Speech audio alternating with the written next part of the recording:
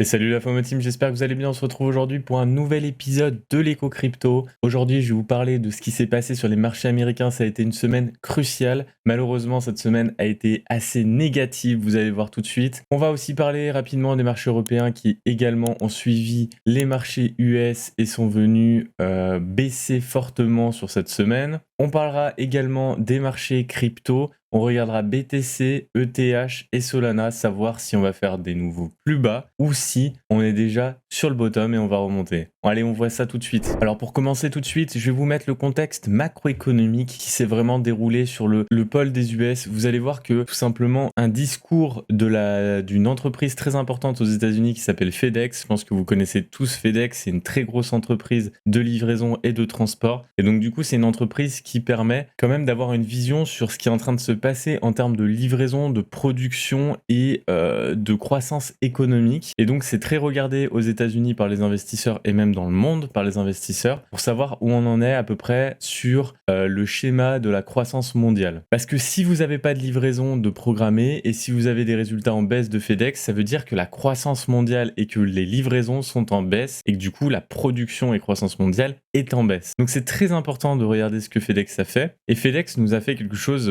assez incroyable, vraiment très pessimiste du coup pour l'avenir, puisque tout simplement, ils devaient publier leurs prévisions annuelles que les investisseurs regardent justement pour se dire est-ce que le marché va se relancer sur l'année. Prévision de résultats annuels, hein, ça veut dire que si FedEx par exemple a des résultats qui baissent, la production et la croissance mondiale devraient baisser sur les prévisions de FedEx. Et si tout simplement les prévisions de FedEx sont à la hausse en termes de transport, en termes de chiffre d'affaires sur leur activité de transport, ça voudrait dire tout simplement qu'ils pensent qu'il y a une croissance mondiale qui devrait repartir et qu'ils ont un carnet d'ordre assez important. Malheureusement, ils nous ont fait une sortie jeudi soir après la clôture de la bourse américaine. Donc du coup, ça a été pricé vendredi matin. Vous allez le voir à l'ouverture, ça a été assez impressionnant. Et ils sont venus nous dire tout simplement qu'ils annulaient leurs prévisions annuelles et parce que tout simplement, ils ont une incertitude énorme sur ce qui est en train de se passer. Et ils nous ont indiqué, en tout cas le directeur général de la FedEx a indiqué que pour lui, on allait rentrer dans une récession économique d'échelle mondiale et que du coup, ils ne pouvaient pas prévoir leurs résultats annuels puisqu'ils constataient tout simplement que les volumes étaient à la baisse. Et du coup, il y a beaucoup moins de volume de production, beaucoup moins de volume de livraison. Et donc pour eux, en fait, les résultats de leur premier trimestre, alors eux, ils sont sur un exercice décalé, hein, donc ils sont pas à l'ouverture de l'année civile, hein, comme on dit, au 1er janvier, ils sont sur un exercice décalé. Et là, on était sur leurs résultats du premier trimestre de leur exercice fiscal. Et bien tout simplement, les résultats sont déplorables et donc du coup, ils ne veulent pas faire une prévision annuelle parce qu'ils en savent rien. Ils sont en train de constater qu'il y a une baisse assez forte de la croissance mondiale. Donc c'est très mauvais pour tous les marchés risqués et tout simplement pour l'économie mondiale, hein, puisqu'on constate que la production n'est plus là. Les coûts de l'énergie, je pense, ils sont pour beaucoup. Hein, on a bien vu qu'il y avait pas mal de sociétés comme par exemple Duralex qui font les verres, qui ne peuvent pas continuer tout simplement à produire avec une énergie qui a vraiment plus que doublé. Hein, c'est vraiment hallucinant ce qui est en train de se passer. Donc il y a certaines industries qui ne sont plus assez rentables avec le coût de l'énergie. Donc vous avez une production qui est moindre dans le monde et tout simplement vous avez des restrictions, hein, sur tout ce qui est industrie. Et finalement, le secteur qui s'en sort le mieux, c'est toujours pareil, hein, c'est les secteurs qui sont des services à la personne. Hein. Moi je pense notamment à mon secteur en termes de fiscalité en cabinet d'avocat, puisque ces secteurs en fait n'ont pas besoin d'avoir une énergie, une quantité folle de matières premières. Nous, on s'en sort bien, hein, il faut charger un ordinateur et c'est bon, hein, on fait notre boulot. Et du coup, ça va être très compliqué en fait pour les mois à venir parce que l'industrie, c'est ce qui porte l'économie actuellement. C'est pas forcément les services à la personne, hein. L'industrie, ça porte quand même énormément l'économie. Nos services sont finalement des fonctions support à l'économie. En tout cas, je parle en termes de consulting. Donc voilà, c'est pas très positif vraiment la macroéconomie qu'il y a autour de ces discours de FedEx, tout simplement. Donc moi, je vais vous dire de faire très attention à ce qui se passe en ce moment sur tous les marchés. risqué. Ça va être vraiment mon conseil. Je suis pas là pour vous dire c'est to the moon et bull run. Je pense que vous le savez. Je vous ai fait une sortie cette semaine en vous disant ok,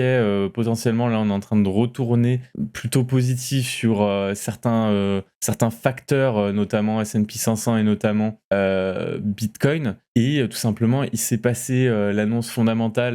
Il y a eu une annonce fondamentale qui est tombée et c'était tout simplement. Voilà, la deuxième chose que je voulais vous dire aussi, c'est que cette semaine, on a eu les chiffres de l'inflation et le 13 septembre, tout simplement, les marchés ont paniqué puisque on nous a dit que les prêts à la consommation aux États-Unis avaient de nouveau augmenté en août, puisque on voulait avoir un rythme d'inflation annuel qui soit ralenti assez fortement. Les chiffres, si je les reprends, on parle de l'indice des prix CPI, donc du consommateur. On voulait avoir un chiffre qui passe de 8,5% à 8,1%. Malheureusement, nous sommes passés à 8,3%, donc l'inflation est toujours très présente aux États-Unis. La diminution à 8,1% n'est pas arrivée, donc du coup, 8,3%, le marché a considéré que l'inflation était encore très persistante, qu'elle n'arrivait pas à ralentir assez rapidement par rapport à la hausse de taux directeurs des banques centrales et notamment de la Réserve fédérale américaine, la Fed, qui était, la hausse de taux directeurs beaucoup trop rapide et importante. Et voilà le discours qu'il y a en ce moment et pourquoi les marchés ont craché cette semaine, en fin de semaine. C'est discours de FedEx qui est en train de nous dire qu'on est dans une récession est réelle, pratique, puisque eux, ils ont le côté, la réalité économique avec leur livraison, et vous avez le côté technique, théorique, qui vient nous dire que finalement, on a une inflation qui est persistante, puisque le consensus qui nous disait que globalement, on allait descendre jusqu'à 8,1%, s'est trompé, on va jusqu'à 8,3%, donc l'inflation est toujours là, elle est persistante, elle va diminuer moins vite que ce qu'on avait prévu. Et en plus, vous avez à côté de ça la politique monétaire de resserrement,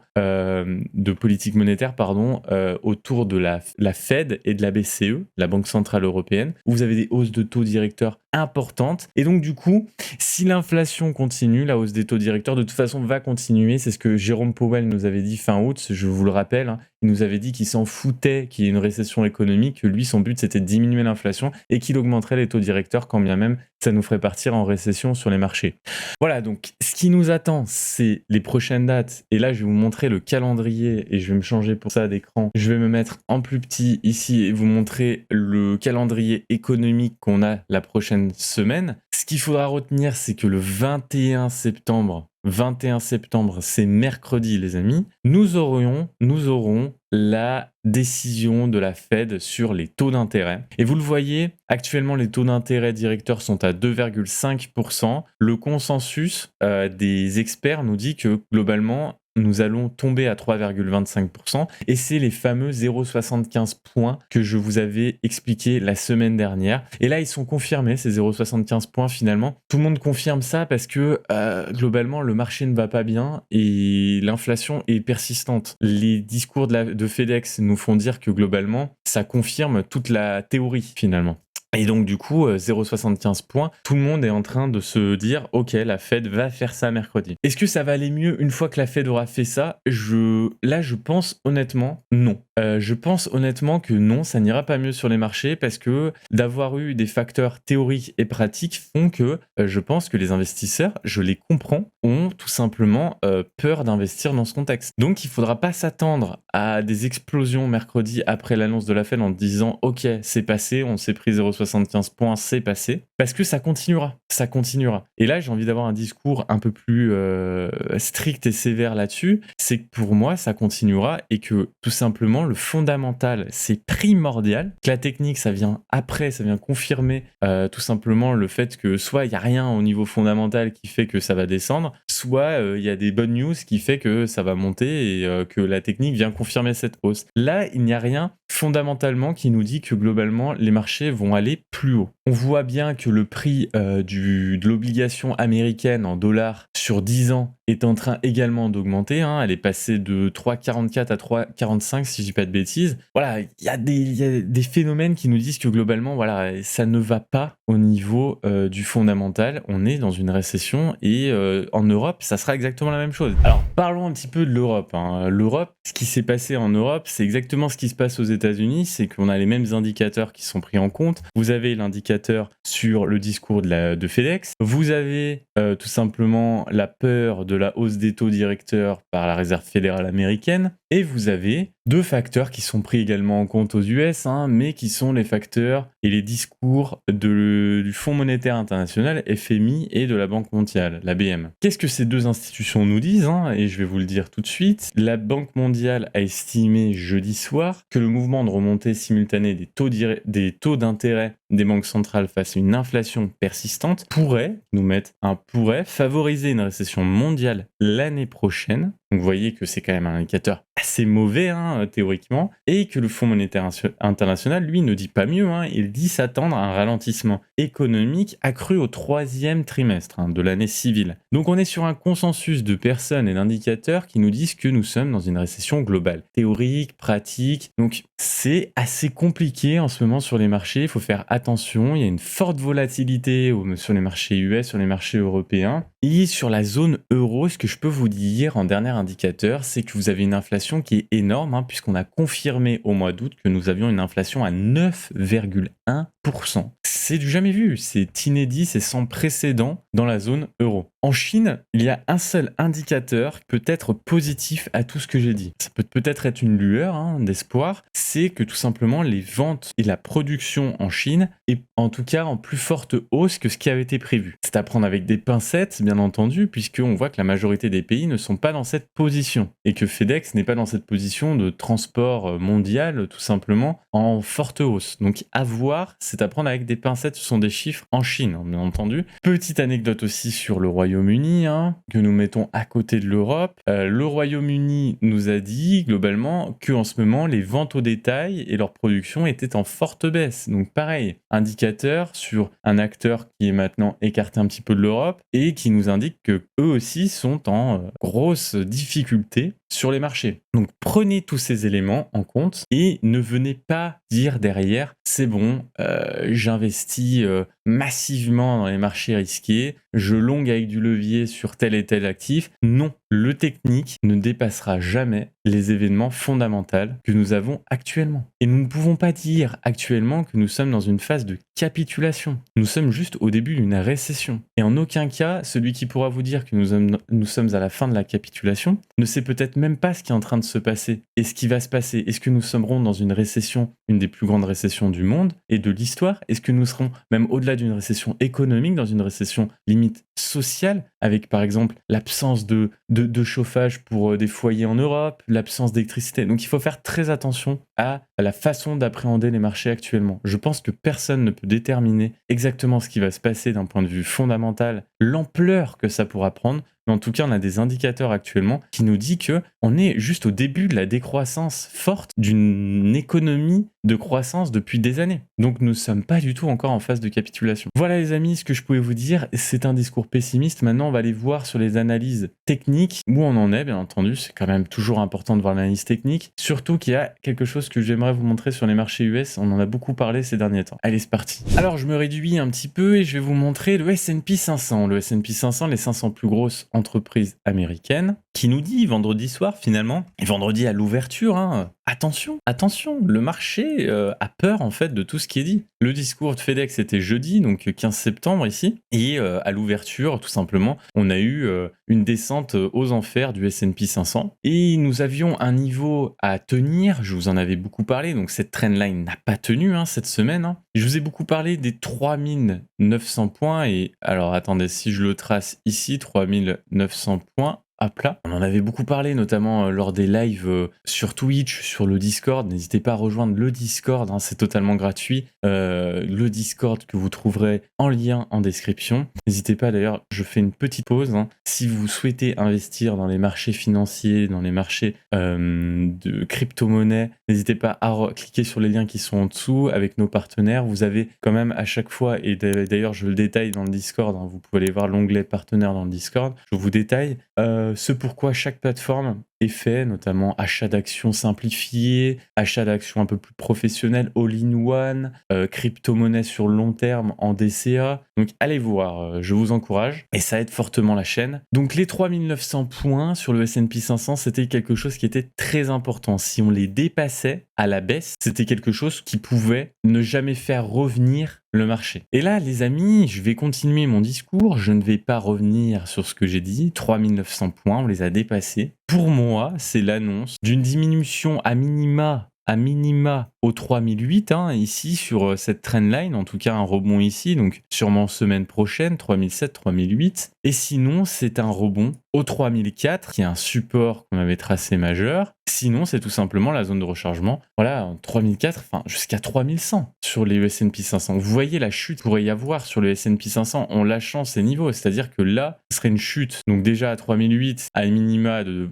1,5%, à 3004 de 11%, et à 3100, qui est mon scénario pessimiste, à plus de 10%, 18%, pardon. Donc, 18% sur le S&P 500, ça pourrait faire beaucoup sur les crypto-monnaies, je vous l'accorde. Les 3009 étant passés, que faut-il s'attendre? Ici, on a en bougie japonaise la formation d'un marteau, ce qui peut être positif. Est-ce que c'est le signe d'un retournement? Je ne pense pas, vu les signes fondamentaux. Il va falloir voir si le marché américain arrive à reprendre rapidement les 3900 ou si tout simplement nous faisions un pullback ici et nous retombons sur l'autre trendline plus long terme. Cette trendline est à tenir, 3008 est à tenir. Si nous ne tenons pas 3008, ça sera très facile d'aller chercher 3004. En tout cas, à minima, le plus bas de juin à 3006 aussi. On pourrait prendre tout simplement cette cible comme support, en tout cas très rapide. Je ne pense pas que ce support sera majeur ici. Je pense que là, on est en train de se faire peur au niveau mondial et au niveau de facteurs qui sont supérieurs à tous les supports techniques que vous pouvez avoir. Nasdaq, c'est pareil, c'est plus volatile. C'est plus volatile et vous voyez qu'on a cassé tout ce qu'on avait construit avant. Le triangle croissant,